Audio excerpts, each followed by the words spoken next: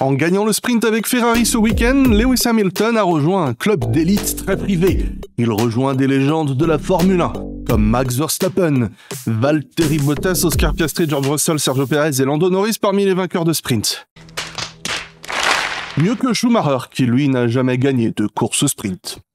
Et sur des trucs qui sont réellement intéressants, Oscar Piastri a signé sa première pole position, complétant la boucle en rejoignant Brabham, Jones, Webber et Ricciardo parmi les seuls polemen et vainqueurs australiens en Formule 1. Il gagne son 3e Grand Prix, autant que George Russell, avec qui il partageait son 11e podium. Russell prenait lui son 17e podium, autant que Keke Rosberg et Alberto Ascari. Quant à Lando Norris, c'était son 28e, égalant Claire Regazzoni. Mercedes enregistre son 300e podium, un palier que seuls Ferrari, McLaren et Williams ont jamais dépassé. Andrea Kimi Antonelli devient le plus jeune pilote de l'histoire à marquer des points sur ses 2 premiers Grands Prix.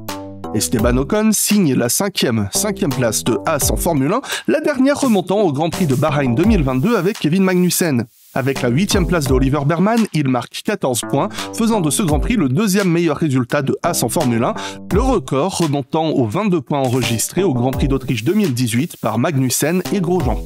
Ocon devance Hamilton et Leclerc au championnat, faisant de Mercedes et Ferrari les 2 seuls motoristes battus par leurs clients, sachant que le seul autre motoriste client du plateau étant le Honda Red Bull Powertrain dans la Racing Bulls.